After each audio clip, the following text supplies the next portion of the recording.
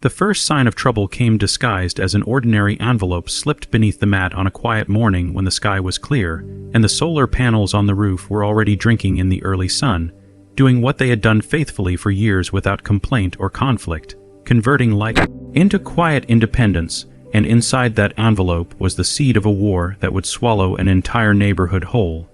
A neatly printed notice, stamped with the authority of the Homeowners Association, declaring that the rooftop solar array violated an obscure architectural guideline that had never once been enforced before, a rule so vague it barely seemed real, yet it carried the weight of fines, deadlines, and threats of forced removal, and in that moment what had once been a symbol of self-sufficiency instantly became a target, a provocation, and an excuse for power to flex itself where it did not belong, because the panels had not only lowered monthly bills, but had quietly challenged the image the HOA wanted to project, an image of control, uniformity, and authority over every visible inch of property, and now that control was knocking loudly at the door of independence. The neighborhood itself had always looked like perfection carefully staged for outsiders, identical houses aligned in neat rows, manicured lawns trimmed with obsessive precision, streets swept clean of personality, and a clubhouse standing proudly at the center like a monument to order, recently rebranded as a Green Initiative Hub. After the board publicly embraced sustainability as part of a glossy rebranding campaign meant to boost property values and reputation, banners boasting eco-conscious living hung across its entrance, while the irony of demanding the removal of actual clean energy equipment sat unnoticed beneath their own propaganda, and within hours of that letter arriving, quiet compliance was already expected. But compliance was never part of the plan.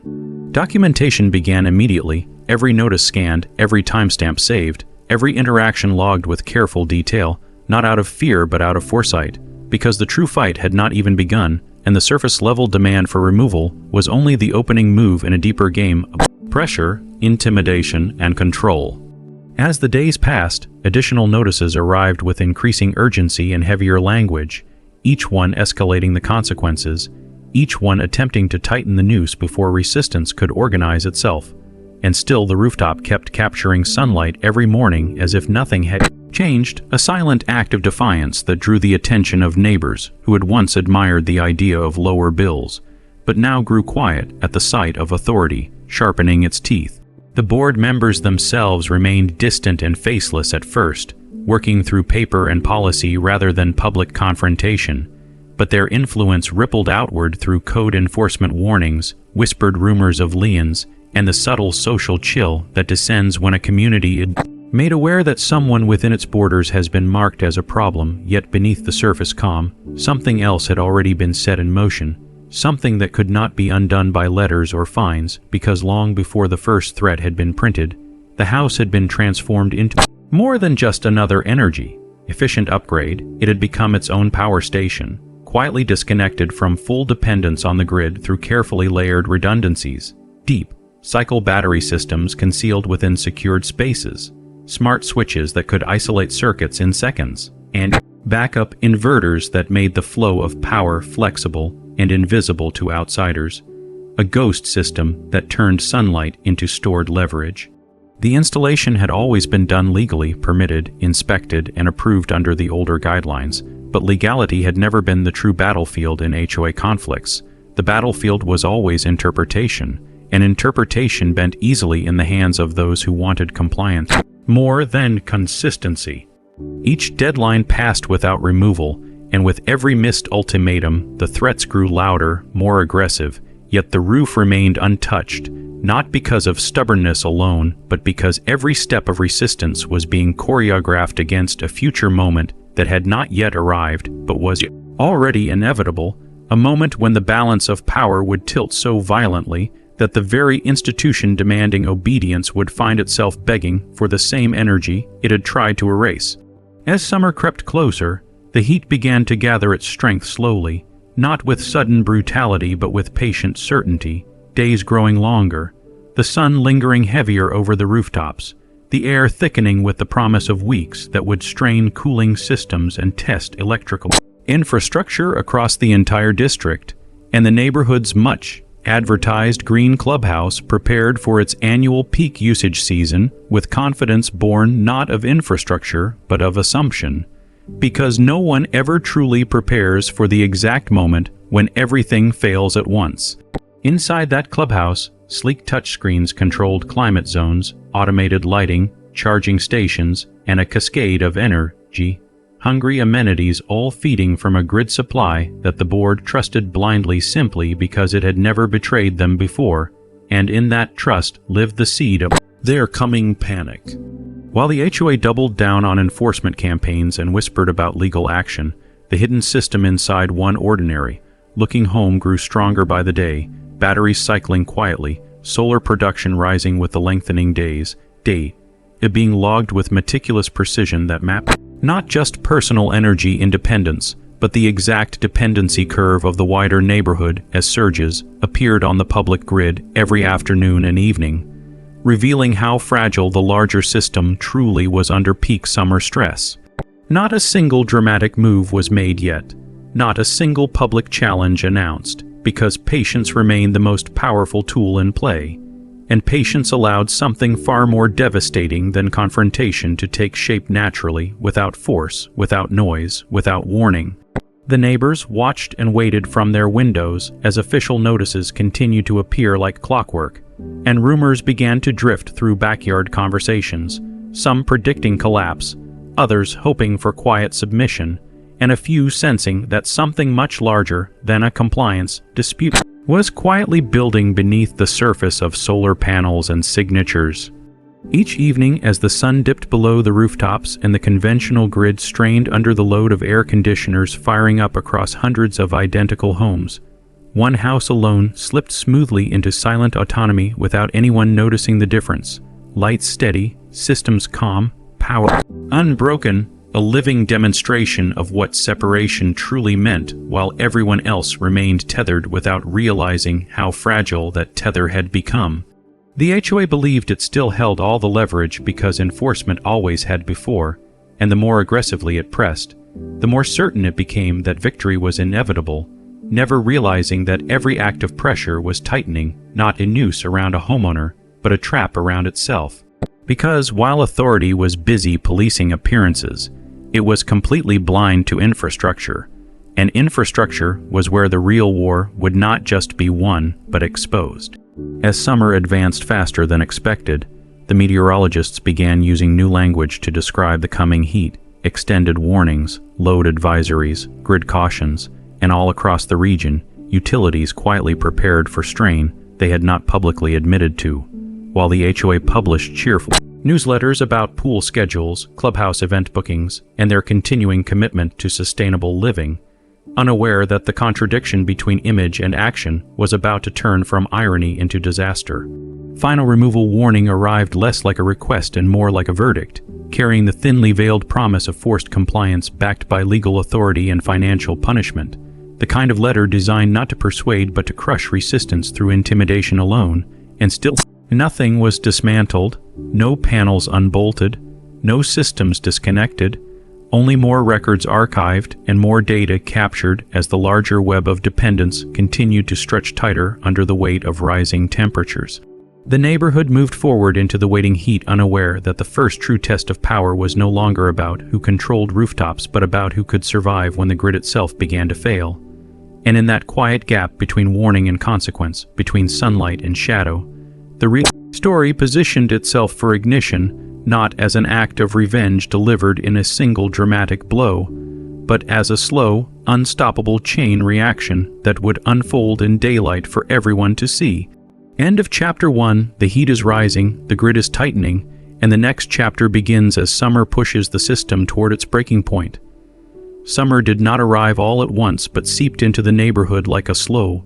burning fuse, and with every passing day the sun climbed higher and lingered longer, pressing its invisible weight against rooftops and asphalt until the once pristine streets shimmered with heat and the air itself felt heavy enough to hold.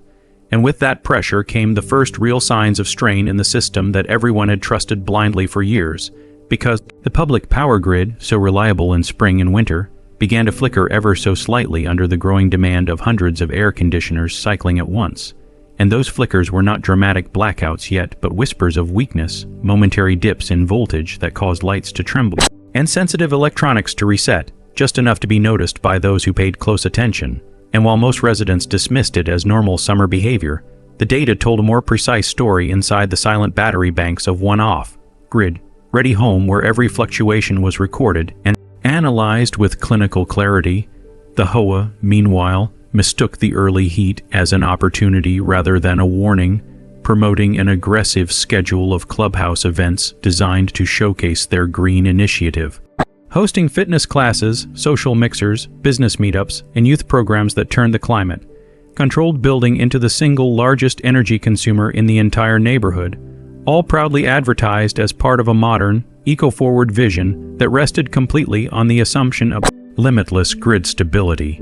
a gamble they did not realize they were making. As the panels continued harvesting sunlight day after day, the board escalated its enforcement campaign in quieter but more insidious ways, leaning on contractors, whispering about insurance complications, and circulating selective interpretations of updated community guidelines that reframed 1.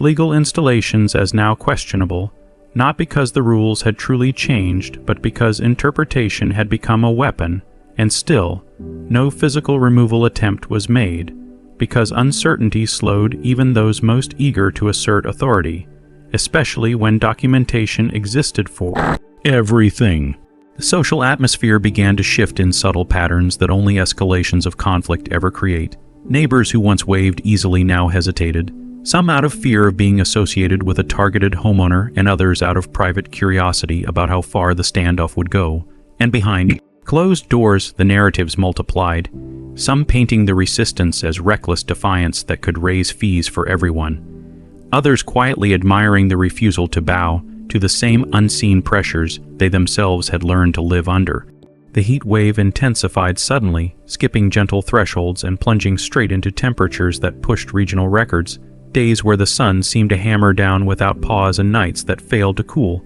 trapping warmth inside walls and pavement until the entire neighborhood felt like a sealed box left under a blistering lamp. And it was during that first truly brutal week that the grid's struggle could no longer hide behind subtlety, as rolling brownouts began to ripple across surrounding districts in staggered bursts, utilities attempting to manage demand by cycling power away from some areas to protect the larger network from catastrophic failure.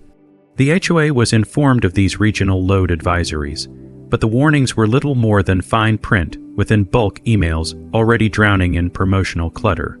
And while other communities quietly reduced usage in response, the board doubled down on full operations inside the clubhouse, convinced that their particular sector would not be affected, convinced that stability was guaranteed simply because it always had been. The off-grid system responded exactly as designed, shifting invisibly between supply sources without any disturbance to internal functions, and while neighboring houses rode the edges of voltage dips and cycling air conditioning units, one home remained perfectly steady, untouched by fluctuations that foreshadowed deeper trouble ahead. A quiet reminder that independence is often invisible until dependence begins to crack. As the first brownouts briefly brushed the edges of the neighborhood late one afternoon, lasting only minutes but enough to disrupt routines, the clubhouse generators kicked online with a delay long enough to interrupt temperature control in packed fitness rooms and conference spaces, sending a ripple of unease through the building as climate systems hiccuped and reset. Yet the board treated the incident as an anomaly rather than the beginning of a pattern, already drafting reassurance statements that framed the disruption as isolated and inconsequential. Back on the residential streets, refrigerators hummed with caution, home network routers rebooted unexpectedly, and outdoor heat pumps strained audibly against the rising demand. Yet alarms remained silent because no crisis had yet fully declared itself, only a tightening of invisible margins. Behind the scenes, the deeper truth was far less forgiving, because the regional grid operator had already issued internal alerts indicating that reserve margins were shrinking faster than projected. Transformer loads were exceeding safe thresholds during peak windows, and emergency contingencies were being quietly put back on the table after years of dormancy, all of it triggered by the convergence of extreme heat, population density, and the relentless appetite of modern electrical infrastructure that had been expanded optimistically without equivalent investment in redundancy. Still, publicly, everything appeared under control, and the HOA newsletters continued to boast about sustainability workshops and advanced climate systems, as if confidence itself could ward off physics. Fines for noncompliance with the solar removal order began to appear on monthly statements, calculated carefully to apply pressure without triggering immediate legal conflict. Amounts small enough to appear manageable but cumulative enough to become suffocating over time.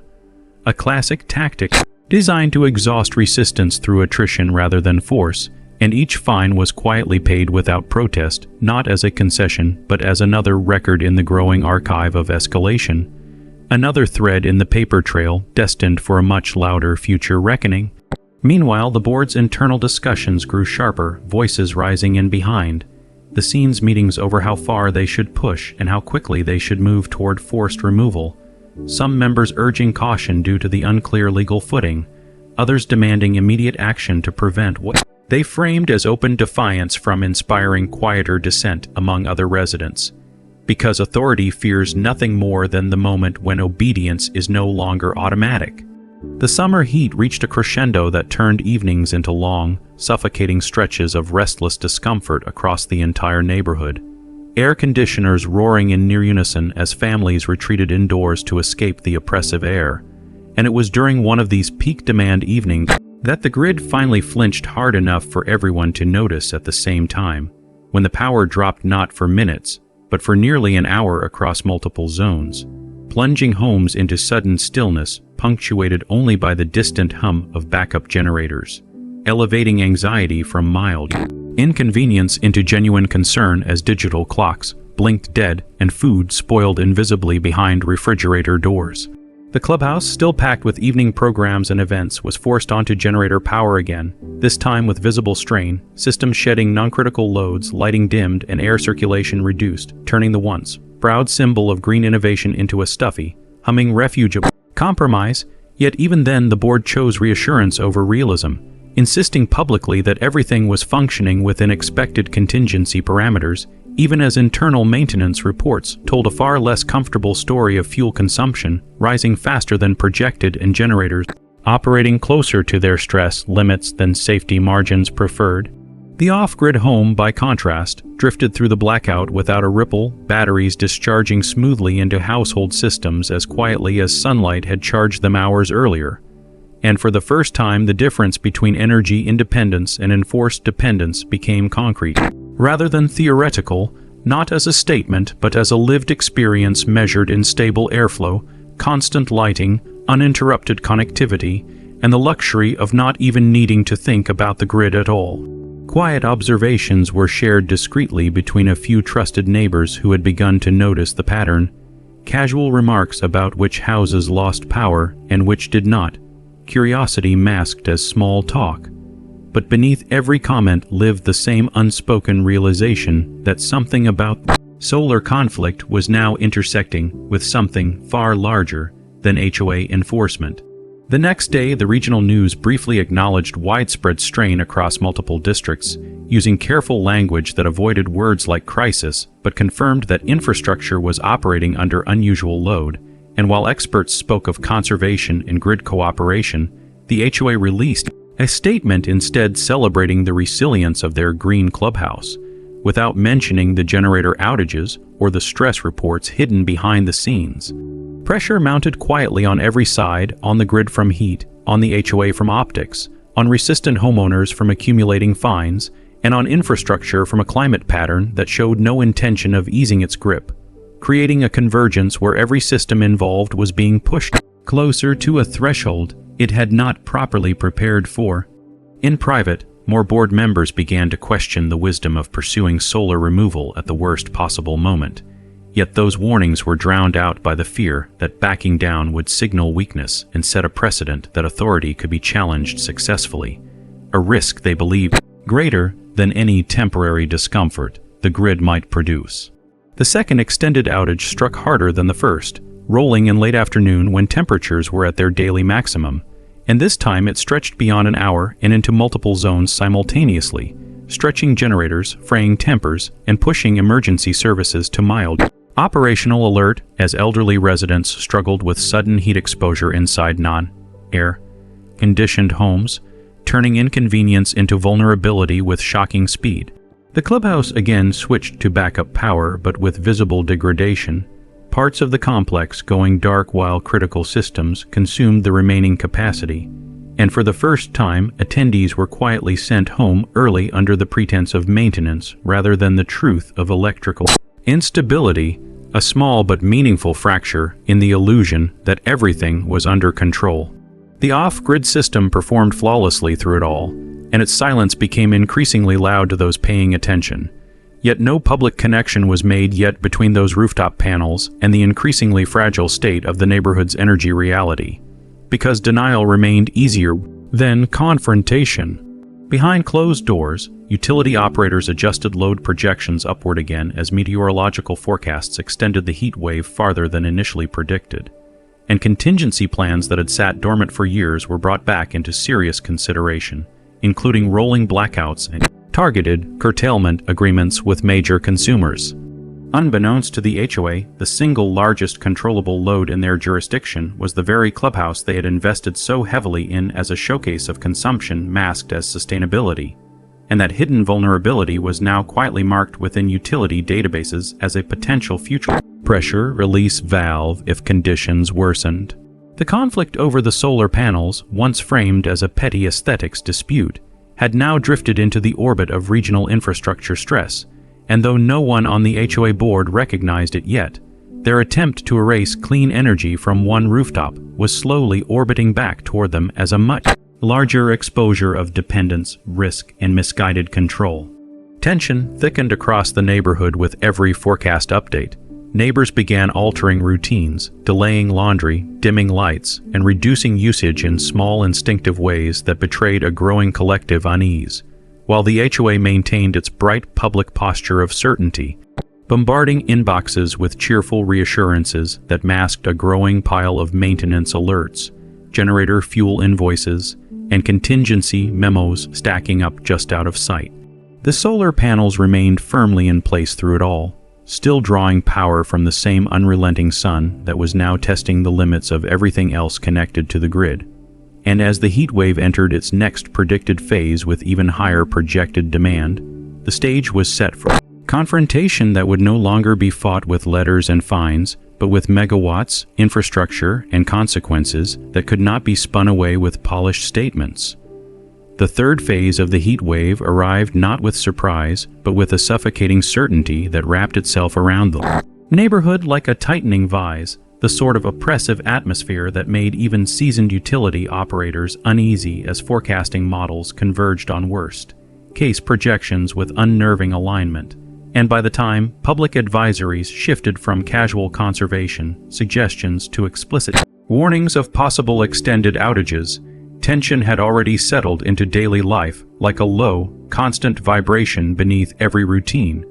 because people instinctively sense when systems they rely on are being pushed beyond safe margins even before official language catches up. The regional grid had entered what engineers privately referred to as nigh-fedge stability, a state where reserve capacity hovered so close to zero that even minor surges could trigger cascading failures. And this time, the warnings were no longer buried as disclaimers at the bottom of cheerful newsletters,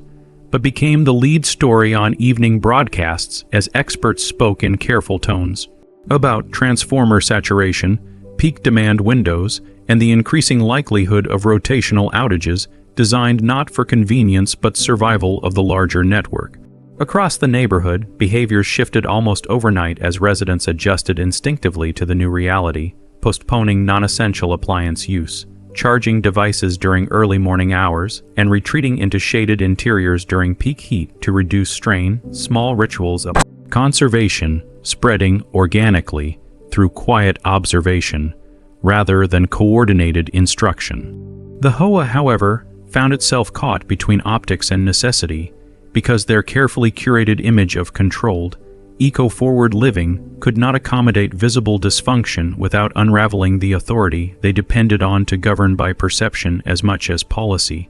and so they continued to press forward with full programming inside the clubhouse, convinced that exhibiting uninterrupted operations would project stability and suppress anxiety, even as internal risk assessments told a much darker story of rising fuel consumption for backup generators and diminishing supply contracts, stretched thin across the entire region. Every day, the solar panels continued harvesting vast amounts of energy from the same unforgiving sun that was now threatening the grid, feeding it into storage systems that quietly increased their charge reserves until the home crossed from independence into abundance, operating not merely free from the grid but capable of sustaining extended isolation if necessary, a fact known to no one publicly but deeply felt privately as the contrast between households became ever more pronounced during brief grid fluctuations that now arrived with unsettling frequency. By midweek, rolling brownouts were officially enacted across several neighboring districts, each outage announced in advance with time windows and duration estimates in a last attempt to manage public reaction and preserve order. And while the first scheduled blackout passed without impacting the HOA-controlled sector, the neighborhood could feel the larger network tightening around it. A silent countdown embedded in utility dashboards as load redistribution algorithms weighed which zones could be safely sacrificed to prevent uncontrolled collapse. The clubhouse, marked internally as a high-density discretionary consumer due to its size and operational profile, now sat highlighted within utility control systems as a non-critical load that could legally be curtailed under emergency provisions, though no such decision had yet been made at operators prioritized hospitals, cooling centers, and residential blocks with high elderly populations. Still, that invisible red mark was the first official recognition that the very symbol of the HOA status and power had become a liability under conditions of true scarcity. Inside board communications, faint cracks began appearing in the unified front of confidence, as maintenance teams quietly flagged generator strain beyond recommended cycles and finance committees began projecting fuel costs that far exceeded budget forecasts if prolonged grid instability continued, and while those figures remained sealed from public view, they exerted a quiet pressure that reshaped internal conversations from abstract authority to concrete risk management. Fines associated with the solar panel removal order continued to accrue mechanically each month, yet their emotional weight had begun to shift, no longer operating purely as instruments of coercion, but also as symbols of contradiction in a moment when clean energy was proving itself not as aesthetic rebellion but as functional resilience, and more than one resident quietly reset their assumptions about who in this conflict truly appeared reckless. Late one afternoon, as the region entered what meteorologists termed a heat dome stagnation phase, temperatures surged several degrees higher than projected, pushing demand curves sharply upward in a pattern that grid engineers had feared but hoped to avoid. A sudden nonlinear escalation that ate through remaining reserve margins in hours rather than days, and it was during this surge that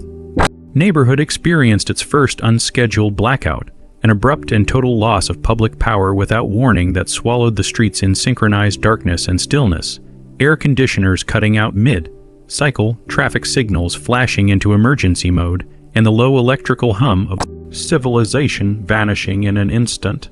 The shock of sudden silence after weeks of mechanical noise was profound, and panic followed quickly as residents scrambled to assess duration without any official guidance to anchor expectation, while smart devices everywhere dropped offline in an instant, severing digital lifelines that had come to define modern security. The clubhouse shifted to generator power again, but this time the transition was rough and visibly degraded, parts of the facility failing to come back online at all as systems tripped safety thresholds, and the building's interior temperature began rising immediately as climate control struggled against both heat and limited generator capacity, transforming the once luxurious center of community life into a stifling structure that could no longer mask the stress it was under. In stark contrast, the off-grid home slipped seamlessly into islanded operation the instant the blackout struck, its internal systems untouched by external chaos, lights steady, cooling uninterrupted, and connectivity maintained through independent network backups. And while the difference remained outwardly invisible, A few nearby houses noticed that one home alone radiated stability through illuminated windows and audible airflow in an otherwise dim, stagnant street. The outage stretched past the first hour, then the second, and as dusk approached with no restoration in sight, unease deepened into genuine fear for vulnerable residents, prompting informal welfare checks and improvised support as neighbors shared battery power, cooling refuge, and water in quiet. Acts of cooperation that contrasted sharply with the HOA, continued absence from the street-level reality unfolding beyond the clubhouse walls. Emergency notifications eventually arrived through limited cellular networks strained by simultaneous demand, confirming that the region had entered a Stage 3 load emergency and that rolling restoration would proceed in priority order based on infrastructure criticality rather than residential convenience, a phrase that did little to soothe households now realizing that their place in the restoration queue was uncertain at best. The power finally returned hours later in a staggered surge that sent compressors roaring back to life across the neighborhood in uneven waves. But relief was tempered by the sobering knowledge that this had not been an anomaly but a preview of what the coming days were likely to bring. Inside the clubhouse, generator wear and thermal stress had tripped multiple warning systems, forcing portions of the facility to remain offline even after grid restoration, and maintenance staff documented damage that would require specialized service well beyond routine repair, a quiet financial bleed that no public announcement fully acknowledged. The next morning, aboard internal utility briefings, the HOA sector was formally reclassified from low risk to moderate risk due to its concentrated demand footprint and generator dependency, a bureaucratic shift that carried major implications for how aggressively that zone could be curtailed. Conditions worsened again, but those implications were never communicated to the board with urgency, buried within technical annexes few would ever read. Across the neighborhood, conversations grew sharper and more candid as residents compared experiences, durations, and impacts, and in these exchanges the contrast between stability and vulnerability could no longer be ignored, because one home's uninterrupted operation stood as an unspoken counter-example to everything the HOA had insisted was risky, unnecessary, or rule-breaking, and curiosity that had once been whispered now began surfacing in open daylight. Messages in community forums shifted tone from obedience to inquiry, not yet rebellious but no longer unquestioning, as people asked why certain solutions were forbidden when they were now proving themselves indispensable. Inside the HOA board, frustration and defensiveness hardened into a brittle posture that disguised growing unease, because backtracking on the solar enforcement order now felt politically dangerous even as continuing it felt operationally absurd in the face of real-world evidence undermining the entire justification for the crackdown. The second unscheduled blackout struck sooner than expected, less than 48 hours after the first, driven by another late-day surge and compounded by a transformer failure upstream that investigators later attributed directly to thermal overload. And this time the outage lasted longer, well into the night, leaving entire blocks in oppressive darkness while emergency cooling centers overflowed with residents who could not safely remain inside their own homes without power. The clubhouse again defaulted to generator mode, but its output fell short almost immediately as automated systems shut down non-essential loads to preserve core life safety functions, reducing the building to a dim, overheated shell of its former self that could no longer serve as refuge, let alone a symbol of leadership. Fuel consumption spiked at an unsustainable rate as generators ran near continuous maximum output, and maintenance logs quietly flagged the likelihood that if grid restoration failed to stabilize soon, full mechanical failure was no longer a distant possibility, but a near-term probability. Meanwhile, the off-grid system continued its silent performance without degradation, batteries discharging and recharging in disciplined cycles that seemed almost serene against the chaos unfolding outside. And for the first time, the homeowner began receiving quiet, indirect inquiries from neighbors seeking information, framed cautiously as curiosity rather than dissent, but carrying unmistakable undertones of reconsideration about everything they had been told was forbidden. The utility issued escalated alerts following the second outage, announcing that voluntary conservation was no longer sufficient and that mandatory curtailments could be imposed with little warning if conditions persisted, a message that landed with heavy finality across the region because it acknowledged openly that the grid was no longer in recovery mode, but survival mode. Behind closed doors, the HOA finally convened an emergency session to reassess operations, generator capacity, and legal exposure under escalating grid restrictions. Yet even in crisis, the discussion remained framed around preserving authority, reputation, and the appearance of control rather than confronting the deeper contradiction that had brought them here, the attempt to suppress decentralized resilience in favor of centralized dependence. Fines continued to accrue automatically even as the logic behind them eroded daily in the lived experience of the heat wave, and the deeper the neighborhood slid into blackout-driven uncertainty, the more those monthly charges came to symbolize not compliance but stubborn denial. The region's meteorological outlook now extended the heat dome another full week beyond initial projections, pushing utility models into unprecedented territory where sustained peak loads were no longer an exception but a baseline expectation, and with each forecast update, the probability of repeated outages climbed higher. What had begun as an enforcement clash over rooftop equipment had transformed into an unintentional stress test of ideology itself, centralized control versus distributed resilience, and although no formal confrontation had yet arrived, the balance of power was already shifting invisibly through infrastructure, data, and necessity. The transition from warning to enforcement arrived with the quiet efficiency of an automated system executing instructions without emotion, as utility control centers across the region activated their first wave of mandatory curtailment protocols, shifting from urging conservation to imposing it through targeted load shedding, designed not to inconvenience but to preserve what little structural stability remained within a grid now operating at the very edge of collapse. And when those measures rolled into effect, they did so not as neat, predictable outages, but as irregular, asymmetric interruptions that revealed in stark clarity which zones were deemed essential and which were expendable under crisis logic. The neighborhood, long accustomed to the illusion of uniform treatment under the grid's vast invisibility, quickly learned that not all darkness was equal, because some blocks experienced momentary interruptions while others were thrown into hours-long silence, creating a patchwork of power that destabilized routines and expectations alike. The HOA-controlled clubhouse sector, once classified as low risk and then quietly elevated to moderate risk, now found itself hovering perilously close to the curtailment threshold as utility algorithms recalculated priority scores hour by hour based on real-time consumption, generator dependency, and regional demand pressure. That invisible scoring system, indifferent to image or authority, cared only about load curves and failure probabilities, and in those calculations the brightly lit centerpiece of community pride now appeared not as an asset but as a heavy liability attached to a fragile node. Inside the clubhouse, the consequences became impossible to disguise as generator cycles grew shorter and shutdown intervals longer, forcing rolling internal blackouts that swept through entire wings of the facility without warning,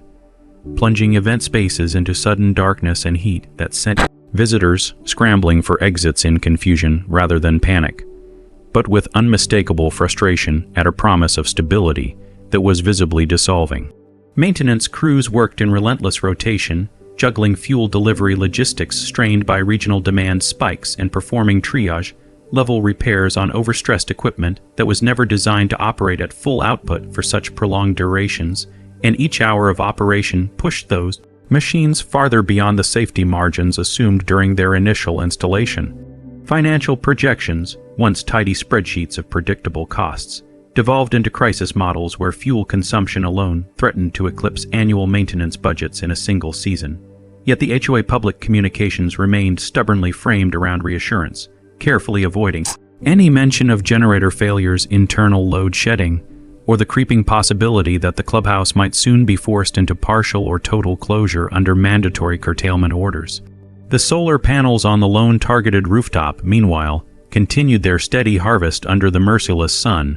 now operating at peak seasonal efficiency, and the battery arrays fed by their output swelled to near maximum capacity daily before releasing stored energy with disciplined restraint. through the long blackouts that now rippled increasingly unpredictably across the neighborhood. What had once been a purely technical distinction between grid, tide, and island, capable systems was now a lived divide between vulnerability and resilience, and residents who had never learned the language of inverters, load balancing, or storage cycles now felt the difference with visceral clarity. Measured in sweat, spoiled food, and interrupted sleep, curiosity crystallized into quiet inquiry as more neighbors approached not with confrontation but with cautious interest, observing from driveways and shaded fences as one home quietly maintained its normal rhythm while theirs swung between brief reprieves and long spans of darkness. Still, no open alliance formed yet, because fear remained a powerful regulator of behavior under HOA oversight, and many were not yet ready to be seen questioning the same authority they had learned to fear for years. The first official curtailment order affecting the HOA sector itself arrived on a Thursday afternoon when regional demand crested higher than any previous peak, driven by wrecker, breaking humidity that crippled the body's natural cooling mechanisms and sent air conditioning systems into near continuous operation across every square mile of the grid.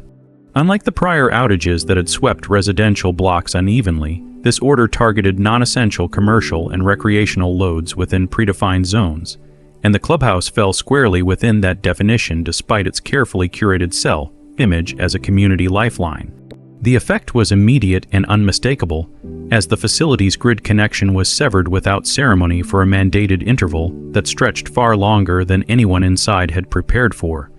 forcing complete reliance on generators already operating under elevated thermal stress. Within 90 minutes, multiple systems tripped into protective shutdown as internal temperatures soared beyond safe operating thresholds, and the building's remaining powered zones shrank rapidly to a narrow core of emergency lighting and ventilation that could no longer support any semblance of normal operations. Events were canceled mid-session, visitors dispersed into the heat, filled parking lots with confusion and irritation, and for the first time since the heat wave began, the HOA proud centerpiece stood visibly defeated by circumstances it could no longer manipulate with statements or schedules. News of the forced curtailment spread through the neighborhood faster than any official update ever had, passing from phone to phone in the clipped language of disbelief that accompanies shattered expectations, and the once quiet awareness of the clubhouse's vulnerability grew into open recognition that the board no longer controlled the systems it had so confidently built its authority upon. Inside emergency board meetings convened in hastily cooled spaces powered by auxiliary lines spared from the curtailment. The tone shifted from posture to panic as members confronted data they had previously been able to ignore: generator degradation curves, fuel delivery uncertainty, regional rationing measures, and the very real possibility that prolonged grid instability could force the indefinite closure of the facility that anchored both their prestige and their practical influence over community life. Legal advisors warned of potential liability exposure if life safety systems failed under continued strain. Insurance representatives cautioned that claims arising from foreseeable generator overload might be contested, and finance committees projected budget impacts so severe they threatened to destabilize annual dues structures entirely, creating a cascading pressure that no longer pointed outward at a single homeowner, but inward at the sustainability of the HOA itself. The contradiction at the heart of the conflict grew impossible to suppress, because while the board had spent months attempting to force the removal of decentralized clean energy infrastructure under the banner of uniformity, that very infrastructure now stood as the most stable energy source within the entire neighborhood, and the more aggressively the grid faltered, the more visible that irony became. The second curtailment order arrived 2 days later under even more severe demand, extending longer than the first and overlapping with a peak evening period when temperatures remained punishingly high even after sunset. And this time the clubhouse's generators failed to recover full output after the grid disconnection ended, leaving entire mechanical systems in protective lockdown and forcing temporary closure under the guise of emergency maintenance. The announcement, posted in careful language across community feeds, triggered a surge of reaction that spilled beyond quiet unease into open frustration, because for many residents the clubhouse represented not luxury but relief, a place to escape heat, access cooled air, and maintain some semblance of normality as their homes cycled unpredictably through power loss. With that refuge now unavailable, the burden of grid instability became fully personal for every household at once, and the search for alternatives intensified. Informal cooling arrangements spread through social networks, small clusters of homes pooling resources and rotating generator capacity where possible, while others sought distant public cooling centers beyond the neighborhood, quietly draining away the internal cohesion the HOA had long used as a foundation for its authority. Throughout it all, the off-grid home remained a silent island of stability, no longer merely a curiosity, but now an implicit benchmark against which every other household measured its own vulnerability. Though no overt requests for refuge were made yet, the subtle glances grew longer, the questions edged closer to practical detail, and the social alignment across the neighborhood began a slow, unmistakable shift away from unquestioning compliance toward a quiet revaluation of what security truly meant under modern conditions. Utility alerts grew more urgent as forecasts showed no immediate end to the heat dome, extending emergency management projections into timelines that exceeded generator maintenance design cycles and fuel logistics modeling assumptions, forcing regional planners to consider even harsher curtailment measures that would rotate extended outages across residential sectors rather than sparing them entirely. That prospect, once unthinkable, now hung openly in official language as a contingency rather than a theoretical extreme, and the psychological impact of that shift rippled through every conversation where power stability had once been an assumed constant rather than a fragile privilege. Inside the HOA, the enforcement campaign against the solar panels stalled not through deliberate reversal, but through distraction by mounting crises that consumed the board's attention entirely. Fines still accruing automatically through back-end systems even as the human will to continue the fight eroded under the weight of larger failures. The irony deepened daily as the same sun driving the grid toward collapse continued feeding the very system the HOA had sought to erase.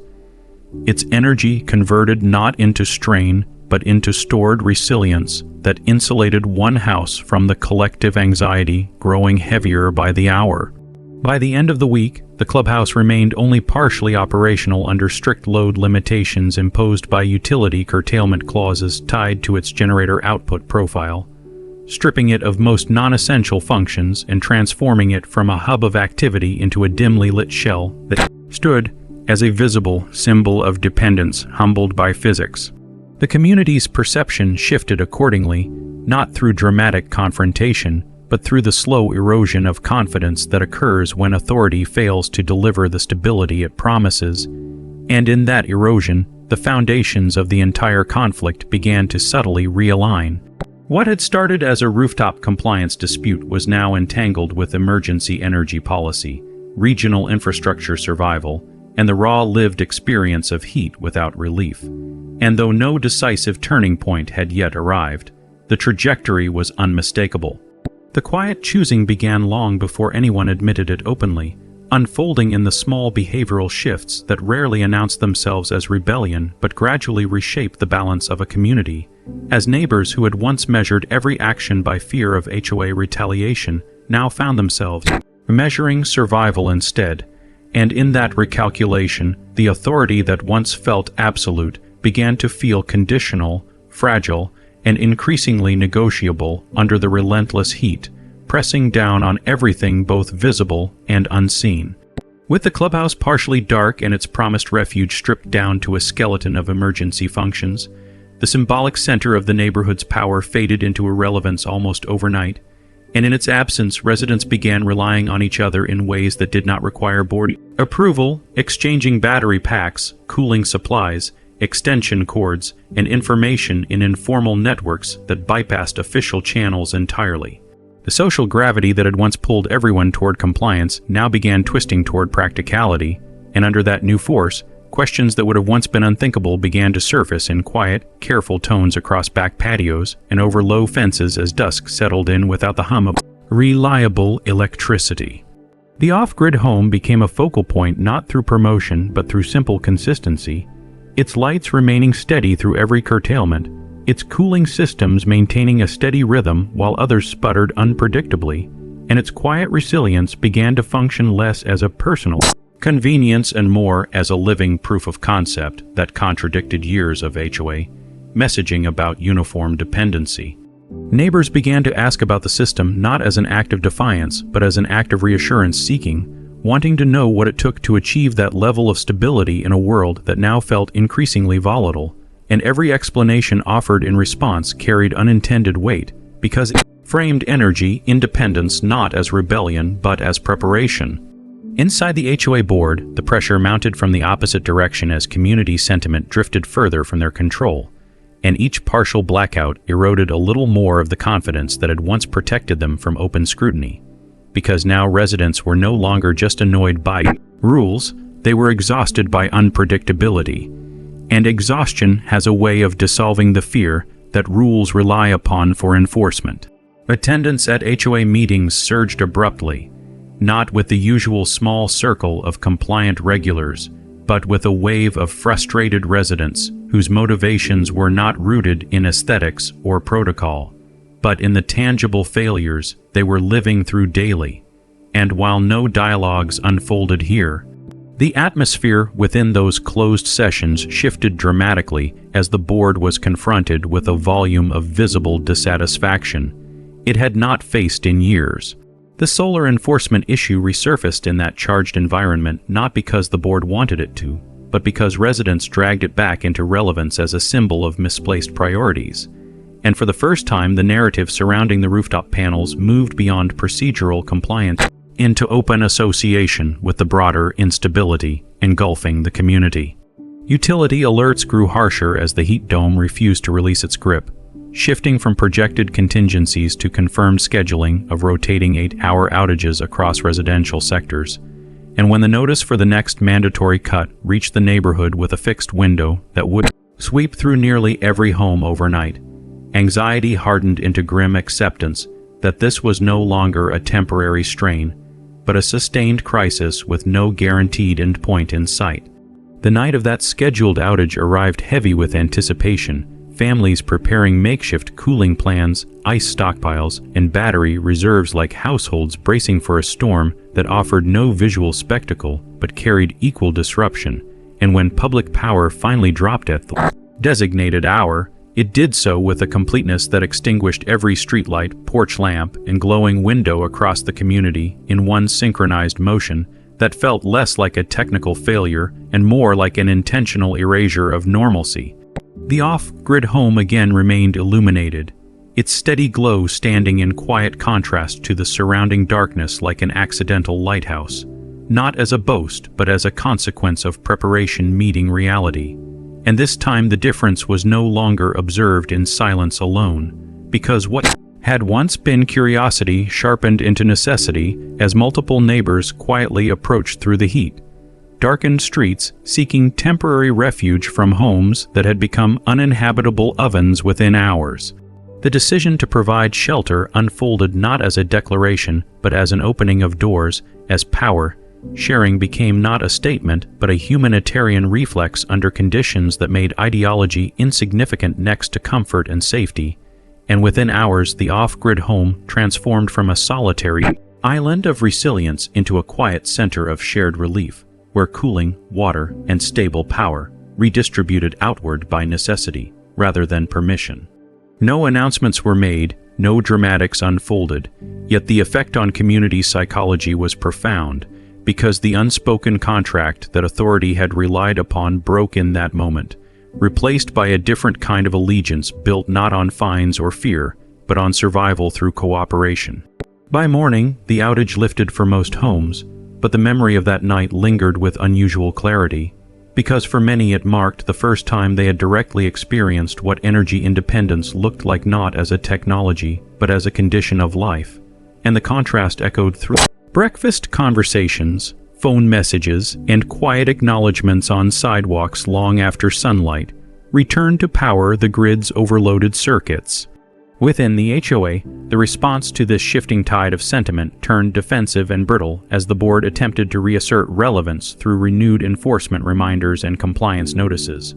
but their timing now felt grotesquely misaligned with lived reality, because when people are measuring food spoilage and sleep deprivation rather than lawn uniformity, the authority that once intimidated them begins to feel both small and misplaced. Behind the scenes, fuel shortages tightened across the region as emergency generator usage surged beyond contracted expectations, forcing suppliers to ration deliveries with priority allocated to hospitals and municipal infrastructure first, and that new constraint pressed directly against HOA failing fallback strategy because the clubhouse generators, already strained and partially degraded, could no longer rely on guaranteed resupply schedules even if they were mechanically capable of sustained operation. The quiet truth that emerged from internal maintenance reports painted a bleak picture of diminishing margins, because even under reduced operational load, the generators could not be trusted to carry the clubhouse through another extended curtailment window without escalating risk of catastrophic failure, and that knowledge carried with it legal, financial, and reputational implications. The board could no longer spin away with optimistic phrasing. The solar system the HOA had targeted for removal now existed not merely as a defiant rooftop installation, but as the most stable energy node in the immediate area, and its quiet redistribution of relief during blackouts had already changed social loyalties in ways that could not be undone with policy statements alone. For the first time since the conflict began, messages from within the HOA began appearing not as threats but as probes, carefully worded inquiries framed as procedural clarification about the technical configuration for safety assessment purposes. Yet their tone betrayed a growing awareness that the board no longer occupied a position of unquestioned strength. The fines still accumulated mechanically through digital systems, even as the political cost of collecting them quietly skyrocketed, because to pursue punitive action now would risk triggering open backlash at a moment when the HOA own reliability stood exposed as increasingly uncertain. As the following week unfolded under continued heat and unpredictable outages, the pattern repeated across the neighborhood, and each cycle of darkness reinforced the new social alignment between those who could maintain stability and those who could not, until the off-grid system transition fully into an open resource within the limits of safety and capacity, hosting shared charging stations, refrigeration relief, and cooling rotations as a matter of quiet routine rather than emergency improvisation. What had once been considered a personal upgrade now functioned as a micro-grid under stress conditions, and that reality reframed the entire conflict from an aesthetic violation into a question of public benefit versus bureaucratic rigidity. The HOA authority eroded not through confrontation but through relevance, because rules that ignore survival eventually lose the power to compel obedience. And by the end of the week, it had become clear that a significant portion of the neighborhood now drew its sense of security not from board assurances but from decentralized resilience that operated beyond HOA control. In the background, utility operators warned that the heat dome showed signs of persistence with no clear dissipation point, pushing infrastructure models into worst-case territory where continued rolling blackouts were no longer a short-term emergency response but a managed new normal for as long as the atmospheric pattern refused to break. That forecast landed like a slow-moving verdict across the region, and in its shadow, the deeper implications of dependence and independence grew sharper by the hour. Inside the HOA, the internal fracture widened between those who still clung to procedural authority and those who now privately questioned whether the fight against clean energy had not only been misguided but actively dangerous under present conditions. And that fracture weakened the unity that enforcement had relied upon from the beginning. The social landscape of the neighborhood at the close of this chapter no longer resembled the obedient grid of uniform houses it had once been, because beneath the familiar facades a new structure of allegiance, resilience, and quiet defiance had formed, invisible to outsiders but unmistakable to those living through it. The most dangerous moves are rarely loud when they begin, because those who make them often believe silence will disguise intention, and it was in that deceptive quiet that the HOA initiated its next escalation,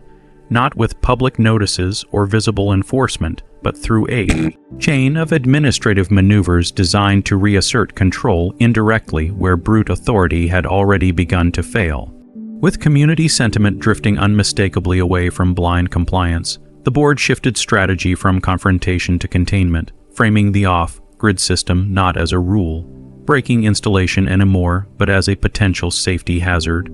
Under newly interpreted emergency compliance standards, language that carried enough ambiguity to justify inspections without openly admitting that the prior enforcement campaign had collapsed under its own contradiction. Regional emergency grid directives were now being used as pretext rather than context, and in internal communications, the board reframed the rooftop solar array and battery systems as unauthorized auxiliary generation equipment operating under emergency conditions. A phrase carefully designed to invoke fear, regulatory attention, and procedural leverage all at once. This pivot marked the HOA's most dangerous move, not because of its legality alone,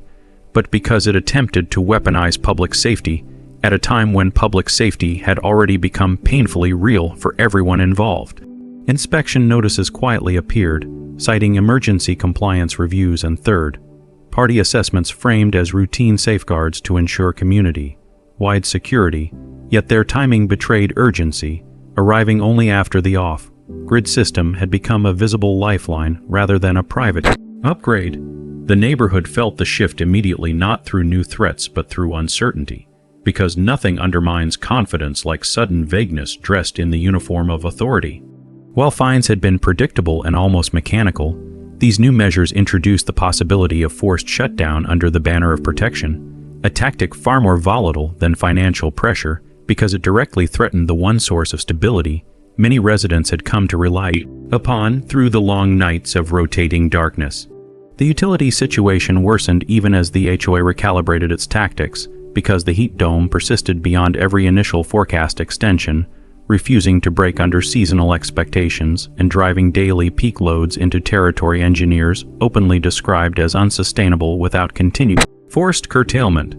Rolling outages were now deeply integrated into daily life across the region, and the one exceptional had become routine, with families planning meals, work schedules, and sleep around blackout windows that shifted unpredictably from block to block. The clubhouse remained crippled under reduced capacity, no longer a meaningful refuge but a dim symbol of dependence constrained by emergency limits and maintenance failures. And the generators that once represented contingency now represented liability, consuming rationed fuel at rates that strained contracts and invited regulatory scrutiny. In this environment, the HOA attempt to reframe the off-grid system as a threat landed not as reassurance but as provocation, because by now residents had felt directly the difference between rhetoric and reality, and the reality was that one house had remained consistently safe while everything under centralized authority had stumbled repeatedly. The inspection contractors arrived without ceremony on a morning already warmed too early by oppressive sun,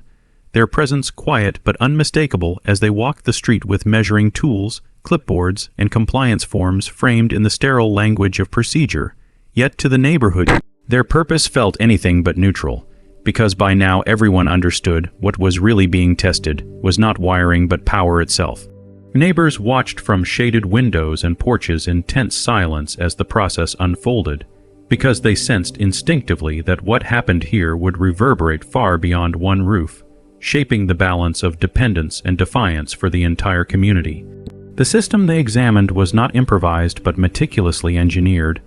layered with redundancy, safety isolation, thermal protection, and load management protocols that exceeded standard residential specifications precisely because it had been built not merely to save money, but to endure failure scenarios the grid itself now lived every day. Their notes remained inscrutable to onlookers, their faces controlled and professional, but the length of their inspection told its own quiet story as hours stretched without interruption, systems tested under simulated loads, safety disconnects activated and reset, and battery discharge cycles validated under controlled measurement. The HOA had expected either a quick procedural violation or a gray area they could exploit to justify forced shutdown, Yet the deeper the inspection ran, the more difficult that outcome became, because the system did not merely meet emergency safety criteria, it exceeded them. Still, the board did not retreat cleanly, because too much political capital had already been spent on framing this rooftop as a problem rather than a solution. And retreat now would expose not only strategic error but moral contradiction under conditions where consequences were already lived in. Darkness and heat. Instead, the HOA pivoted again, this time leaning into legal ambiguity rather than technical deficiency, arguing not that the system was unsafe, but that its operation under emergency curtailment could be construed as a form of unregulated power distribution.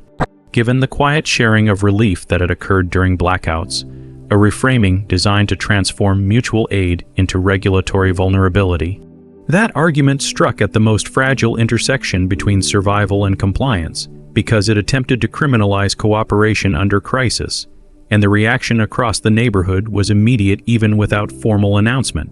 Whispers hardened into anger, and anger into resolve, because people who had fought through suffocating nights and watched vulnerable neighbors struggle did not accept that the act of helping one another could now be redefined as a violation. In the background, utility operators intensified curtailment schedules as transformer stress multiplied under relentless load, and 2 additional regional substations were downgraded into limited service tiers following thermal alarms that forced emergency derating, expanding blackout zones farther and longer than any previous cycle. The neighborhood was now facing not isolated outages, but extended rotating blackouts that cut for 8 to 10 hours at a time across entire sectors with minimal warning, and that escalation transformed inconvenience into genuine endurance. The off-grid system responded as it always had, cycling with disciplined efficiency, and the quiet refuge it provided expanded again under necessity, not through formal invitation, but through shared understanding that stability could not be hoarded when survival itself was under strain. Extension cords stretched discreetly between yards, portable refrigeration pooled for medication and perishables, and charging rotations were organized informally without titles or meetings, a grassroots micronetwork that functioned smoothly precisely because it was not burdened by bureaucracy. The HOA watched this organic structure grow with unease, because it represented precisely the kind of decentralized power they were built to suppress, not just electrically but socially, a network of cooperation that no longer required permission to function. Attempts to intimidate through renewed fine notices now felt hollow in comparison to the lived power of mutual reliance, and when those notices appeared, they were met not with fear but with quiet defiance that took the form of continued noncompliance backed by community presence rather than isolation. Inside the board, panic deepened as legal counsel warned that escalating enforcement under emergency conditions risked triggering scrutiny far beyond HOA jurisdiction, including municipal authorities already under pressure from public outrage over outage management, because any appearance of obstructing energy resilience during a declared grid emergency could invite regulatory blowback far more damaging than the original conflict. Still, the board's most entrenched members pushed forward, trapped by their own narrative of authority and unwilling to accept that the battlefield had shifted from rooftops to survival. The second round of inspection findings quietly invalidated the core safety-based arguments against the off-grid system, confirming that no emergency hazard existed under existing regulations. Yet those findings were buried in administrative delay as the HOA searched for alternative leverage to salvage control without admitting defeat. That delay proved costly, because each additional blackout window carved deeper grooves of solidarity into the neighborhood that no future enforcement campaign could easily erase. As residents endured longer outages, shared resources became normalized, and the off-grid home functioned not as a rebel stronghold, but as a stabilizing anchor around which small networks of resilience organized themselves in quiet defiance of centralized failure. Meanwhile, the clubhouse's condition deteriorated further under compounded generator wear and curtailment restrictions, and what little credibility it retained as a symbol of preparedness evaporated when another forced shutdown occurred midweek during a peak cooling window, leaving a crowded emergency shelter dark and motionless for hours as evacuees were redirected elsewhere under strained municipal coordination. That failure echoed loudly through community channels and regional emergency briefings alike, reframing the HOA flagship facility not as a green innovation hub, but as a cautionary tale of centralized dependence without sufficient redundancy under sustained crisis. The contrast between that failure and the quiet success of distributed resilience became impossible to ignore even for those who had once defended the board reflexively, and the psychological shift that followed was permanent. The HOA most dangerous move had backfired not through legal defeat alone, but through exposure, because in attempting to recast resilience as a threat, they revealed the emptiness of their remaining authority under the plain reality of who could keep the lights on when it truly mattered. By the end of the week, the neighborhood no longer waited for HOA statements with expectation but with skepticism. And when new compliance warnings appeared, they were met with something far more destabilizing than protest. They were met with indifference. The heat dome still loomed unmoved above it all, the grid still staggered under burdens that exceeded its design, and the crisis still showed no immediate sign of resolution. But beneath that ongoing strain, the community's center of gravity had shifted decisively away from centralized control and toward distributed survival. The conflict over solar panels had transformed fully into a confrontation between two visions of power itself, and for the first time since the first letter arrived, the outcome no longer felt uncertain but inevitable. The reckoning did not arrive as a single explosive confrontation, but as a slow, relentless unmasking that unfolded across documents, public records, and the quiet transfer of buried facts into daylight. Because once the community stopped fearing the HOA authority, curiosity replaced compliance, and curiosity proved far more destructive than any act of open rebellion ever could. It began with a cascade of formal information requests filed quietly by multiple residents at once, targeting utility agreements, emergency fuel contracts, generator maintenance invoices, energy procurement addenda, and the board's own internal communications that had been referenced obliquely in prior enforcement notices but never fully disclosed. What the board had long relied upon was fragmentation, the assumption that no single resident would have the time, resources, or institutional patience to assemble a complete picture of how deeply mismanaged the community's centralized, green infrastructure had actually become. That assumption collapsed as digitally organized residents pooled legal templates, tracked compliance deadlines, and synchronized submissions so precisely that the HOA administrative staff became overwhelmed almost immediately, not by protest but by procedure. Response extensions were requested and denied, partial disclosures were supplied and challenged,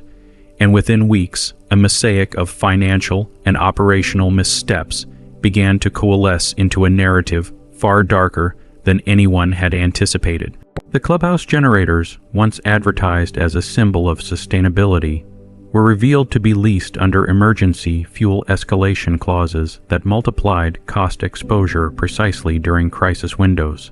locking the HOA into financial obligations that ballooned exponentially with each additional blackout cycle. Maintenance logs showed deferred service intervals masked by conditional overrides, safety inspections postponed under budgetary reviews, and emergency readiness drills documented on spreadsheets without corresponding execution records. More damning still were the utility agreements, which revealed that the HOA had quietly opted into premium emergency power tiers that carried massive surcharge multipliers under peak load conditions. A decision made years earlier to preserve the illusion of energy independence without actually investing in the redundancy required to sustain it.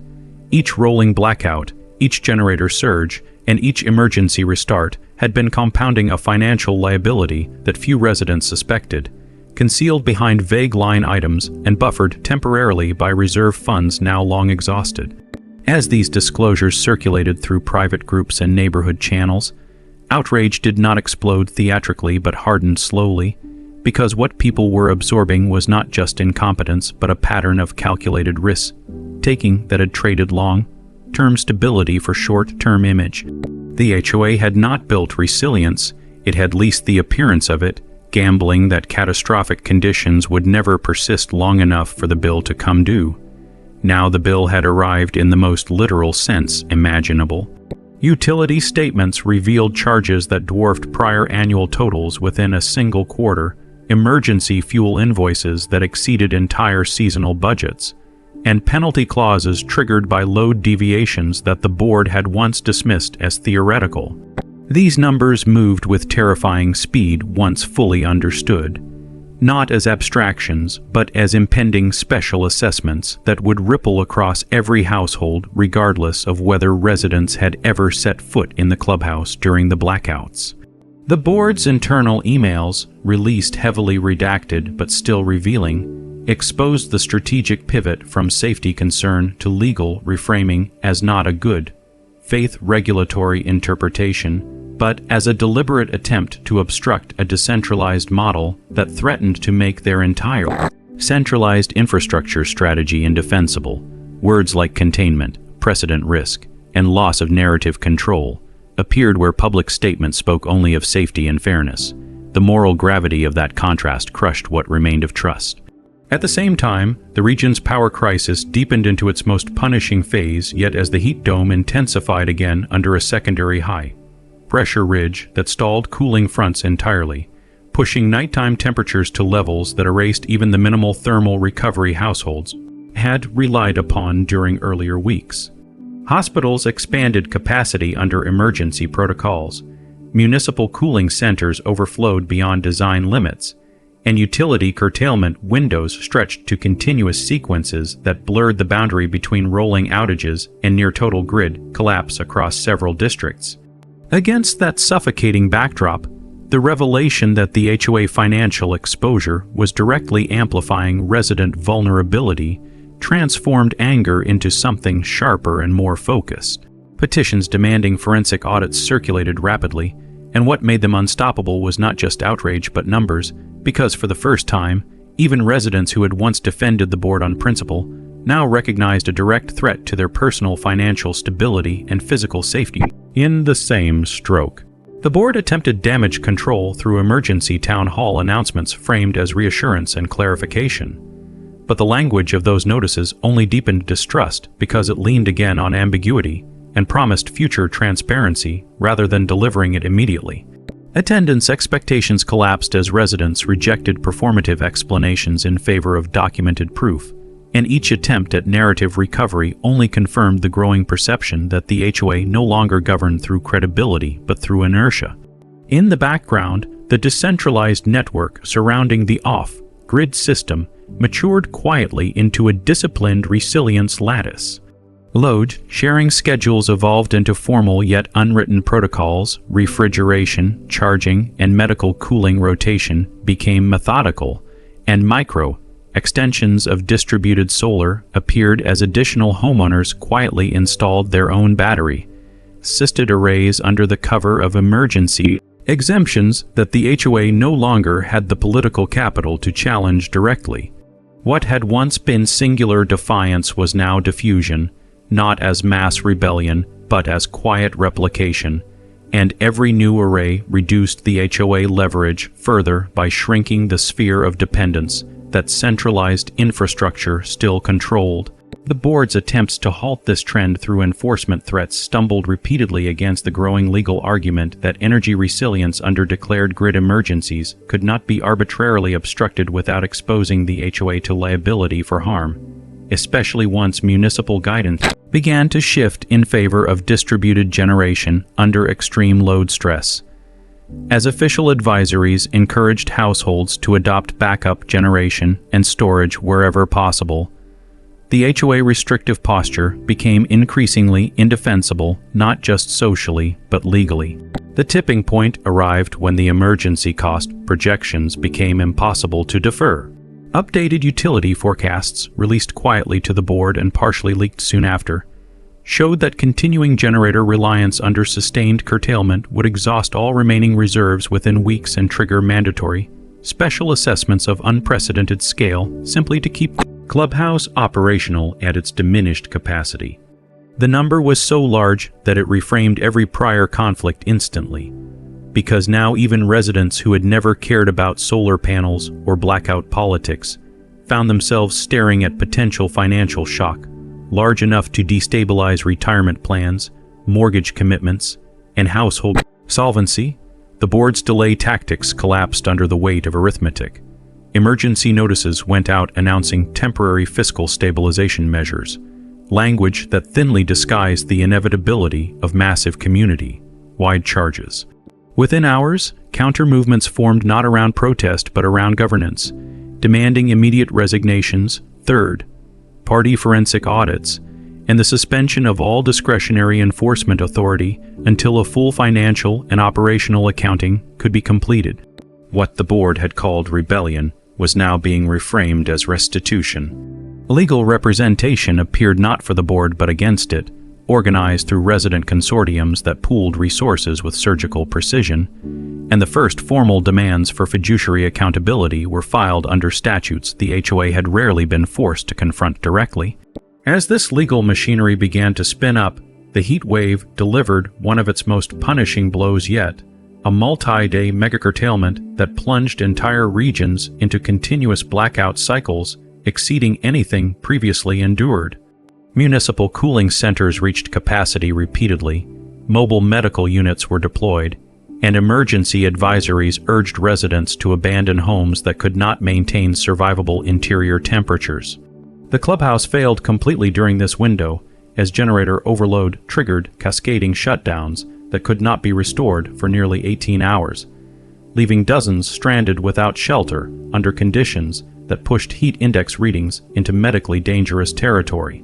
That failure did not remain local. Regional news outlets picked it up as part of a broader examination of infrastructure readiness under prolonged heat emergencies, and for the first time, the neighborhood's internal conflict crossed into public narrative. While the board attempted to deflect scrutiny by framing the outage as an unavoidable technical complication, leaked documents from within their own records contradicted that narrative unmistakably, showing that the generator overload profile and fuel supply vulnerability had been flagged internally months earlier and classified as a known risk postponed for budgetary reasons. That exposure destroyed what remained of the board's authority in one decisive stroke. Residents no longer debated whether mismanagement had occurred. They debated only the scale of accountability that justice now required.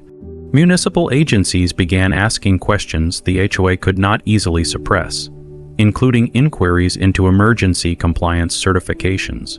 fuel contract disclosures, and the scope of previously undeclared financial exposure. The decentralized network of resilience continued to operate quietly during that same catastrophic window,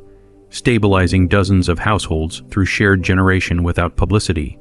not as a symbol of rebellion, but as a practical contrast that illuminated the failure of centralized control without needing to proclaim it. By the time grid stability began to recover in fragments again, the HOA no longer held the narrative, the leverage, or the trust of its own constituency. Its authority had hollowed out from the inside, not through revolution but through revelation, and every attempt to reassert control now met resistance not born of anger alone, but of informed, coordinated resolve. The community no longer waited to see what the board would do next. It prepared instead for what would follow its inevitable fall. The collapse of the HOA did not arrive with shouting or spectacle, but with documents, signatures, and the slow, unstoppable machinery of consequence grinding forward without mercy, because by the time accountability truly took hold, the board no longer possessed the credibility, insulation, or financial buffer to withstand even the first wave of formal scrutiny. The independent audit, once demanded as a political gesture, became a forensic excavation of years of decision-making that revealed not just poor judgment but systemic misrepresentation, strategic obfuscation, and financial engineering designed to delay disaster rather than prevent it. Reserve funds that residents had believed safely diversified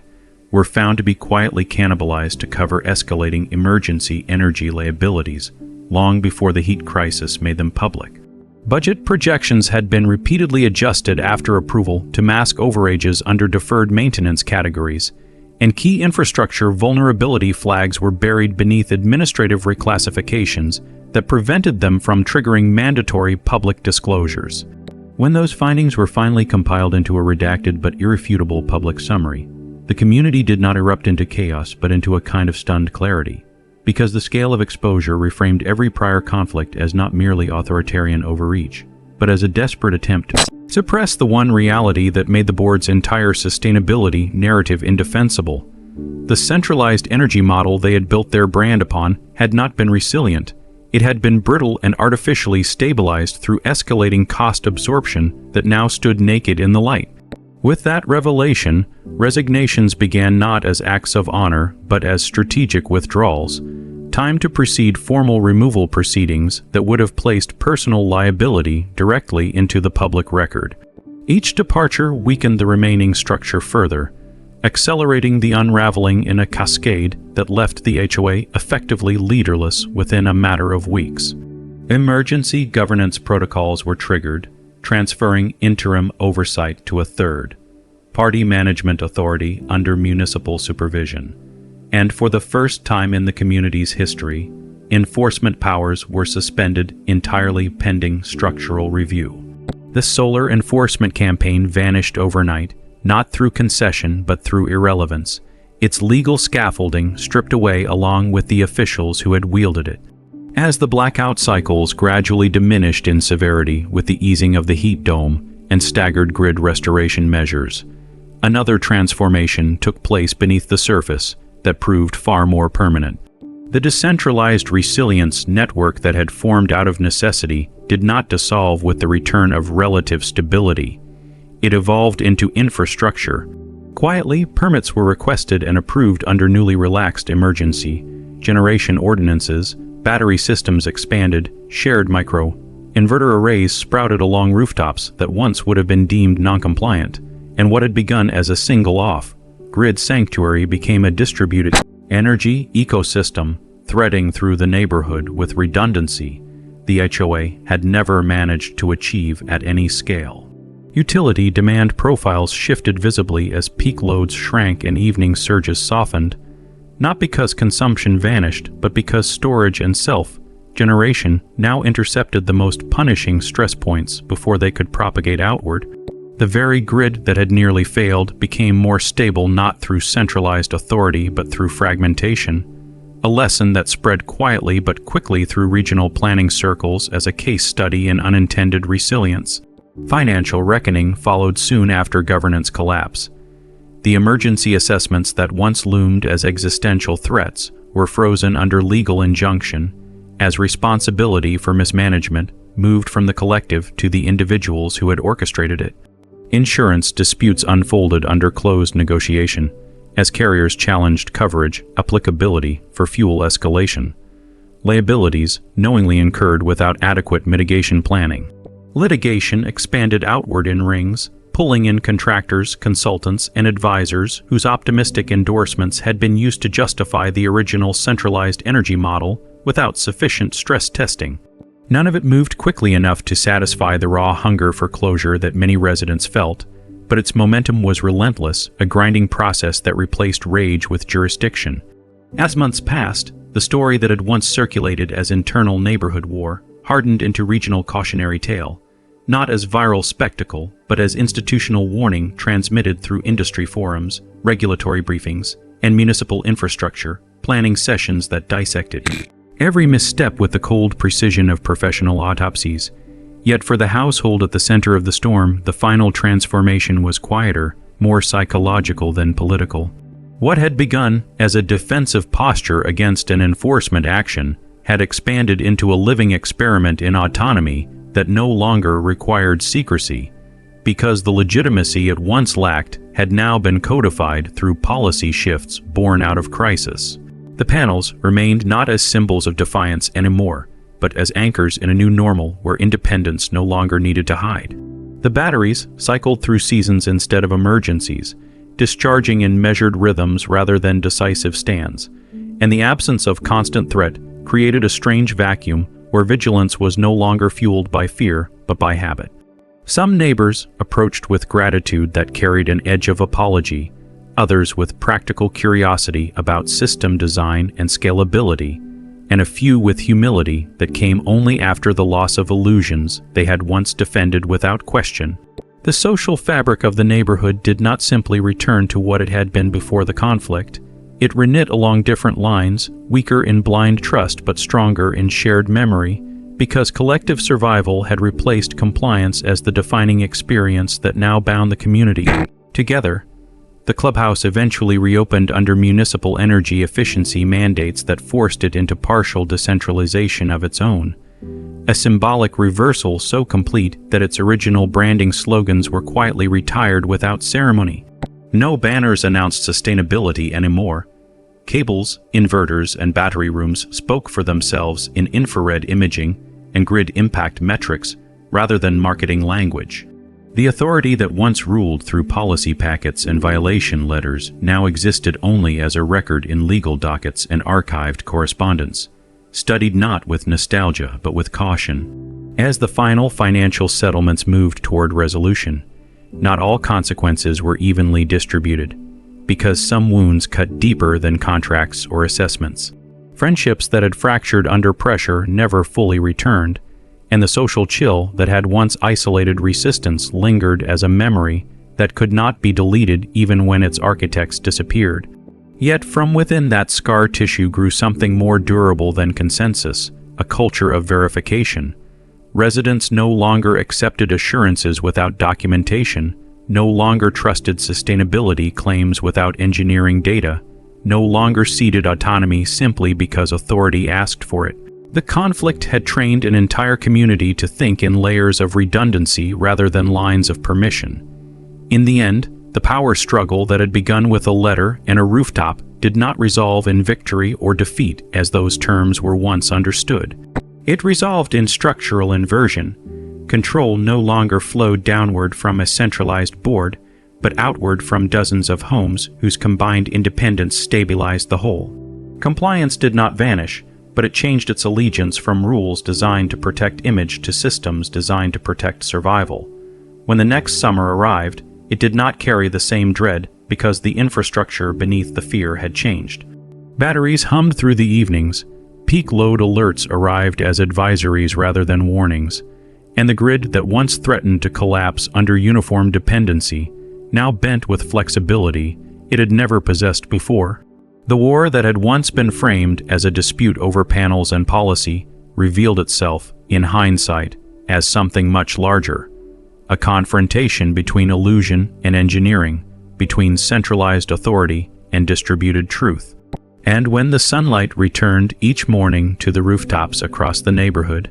it no longer belonged to any board, any rule, or any narrative of control. It belonged to the systems that had learned to capture it without permission and to the people who had learned, too late for some and just in time for others, that real power was never granted by enforcement. It was generated, stored, and sustained quietly, waiting for the moment when the grid itself would demand to be humbled.